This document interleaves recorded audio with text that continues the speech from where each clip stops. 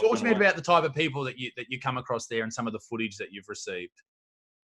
So a lot of it is unfortunate misidentification, but there have been some there where have been questionable sort of objects there. So we obviously want to help them out as much as we can to go and bring out their stories.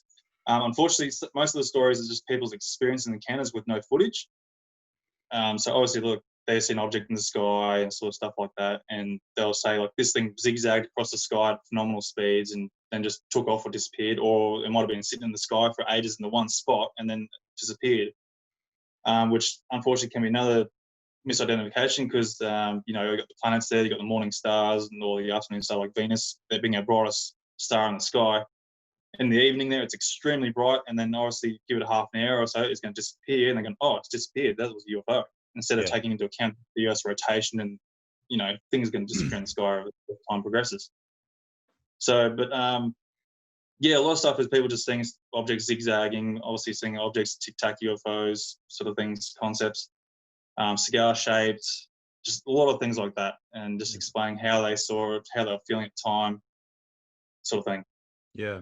I was out in the bush with a gentleman by the name of Adam Greentree, who's a friend of mine, and I stayed up at his farm there, and across the ridge is a mountain range, and there was a fire on the mountain range. This is going back a couple of months. There was a fire, just a small fire. It started to grow, and we were like, oh shit, that's no good.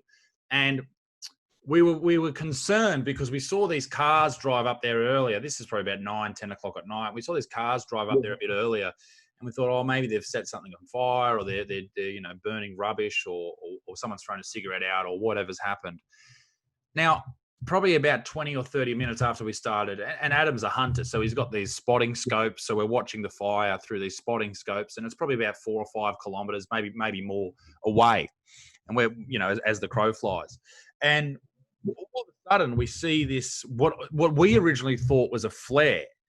So this shoots up, this really large, bright orange ball of light shoots up into the sky above the fire, and we're thinking, oh shit, someone's in there, you know. Yeah.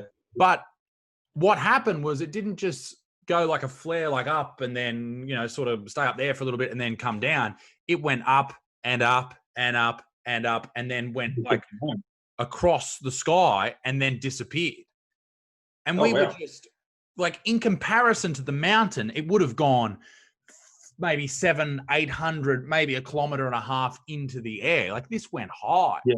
And we were sitting there, and Adam has spent countless hours, not only in the Australian bush, but in the American, the jungle, whatever you want to call it over there.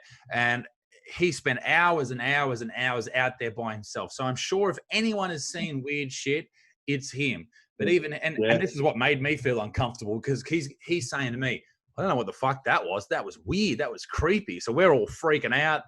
And he has a couple of good stories about up there. But, man, it was one of those situations where, you know, people go, oh, why didn't you pull your phone out?